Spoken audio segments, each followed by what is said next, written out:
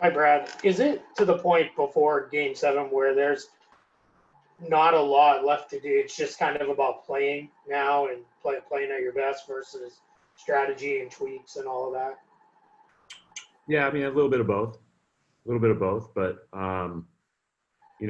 I said before the game yesterday, like, when both teams bring it at a level where, one can't necessarily impose their will on another, that's where the games become special. And, I wish I wouldn't have said it because it showed itself true, right? But that was a special basketball game. But there are things to take away from it, just like every other game, and there are things that we need to improve, things we need to do better, and we'll look forward to getting an opportunity tomorrow night to do that. Gary, give it another shot. Can you hear me, Brad? Yeah, Gary. Okay, sorry. Brad, Nick Nurse is, every game I think he's used his challenge. And last night with the Tice play, that was kind of a big swing. He might have gotten free throws out of that. Instead, it was a jump ball. They got the ball. Do you consider using your challenges more? Is it, and when you're seeing a coach and his mannerisms are probably a 180 from yours, does that make you react at all? You said control the controllables, but it seems like Nurse is pulling out all the stops, doing whatever he can to muck up the game because he feels like he has to. What is your reaction to that, and also the challenge question? Well, Nick's a great coach. I mean, I think each person has to do it their own. If I think something's worth challenging, I'll challenge it. But, I mean, I think that, obviously that was a big play. And, the risk of that, right, is that if it doesn't work out, you lose one of those 2 timeouts you have at the end of the game. But it was a good call and to challenge it, and he made a lot of good calls. He's a really good coach.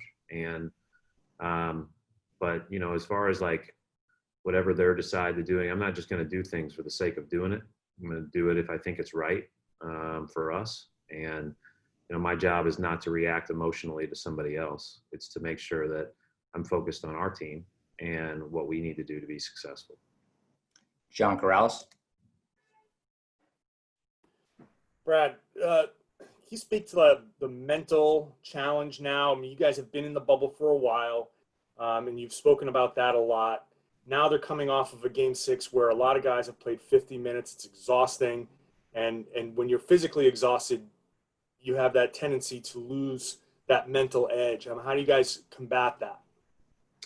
Yeah, I just think, John, I've said this, 1,000 times, but that's why when you're in this, you don't scrutinize with the same level of eye if you're not, just because how hard it is, the physical toughness it takes, the emotional toughness it takes, the mental toughness it takes.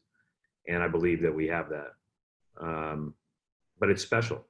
And that's why, again, this series is the 2 seed versus the 3 seed, and 2 teams that in a lot of ways hang their hat on toughness and defending and then willing themselves to figure out a way to win games. And, I think that that's why I have nothing but respect for Toronto. I've said that from the get-go. We know that they'll be good tomorrow, as we know that we need to be our best tomorrow. So whatever happened yesterday, whatever happened, in the past, doesn't have any real, meaning on tomorrow. And so we'll look forward to it. These are great opportunities. These are things like when you're a kid, this is what you want to do. It's funny, out of the last 4 weeks, I think I slept better last night than I've slept at any time because I knew we competed. I know there's things we can clean up. And I'm also looking forward to this because this is what you're here for. Rebecca Harlow. Hey, Coach. Given the fact that 4 of your 5 starters were over 50 minutes last night, how important is it to have a recovery day today, both kind of mentally and physically, just to give your guys a chance to do whatever it is that they need to do to recover? And walk us through kind of what a day like today looks like for this team. Well, we'll start with 17s, which are 1 minute sprints side to side with the floor. And then we'll go into full court sprints, and then we'll do a full practice and hit each other and all that stuff. And no, we're going to watch film and we're going to mentally prepare. They played all over 50 minutes too, is what it is, right? Like, there are a lot of breaks in that game. We go to the monitor a ton in the NBA. We check everything. And so, like, there's a lot of time to get rest. And just because you played 50 minutes, all that means is the next day you just have to be smart about your day. So we'll be smart about today, and we'll be ready to go tomorrow. Final question for Coach Tim Reynolds. Brad, you said it was a special game last night, and it was. And there's been a few in this series already. When you're in the moment, when you're in a series, is it possible to find an appreciation of what's going on, or can you just not let yourself go to that place when you're still trying to win this thing?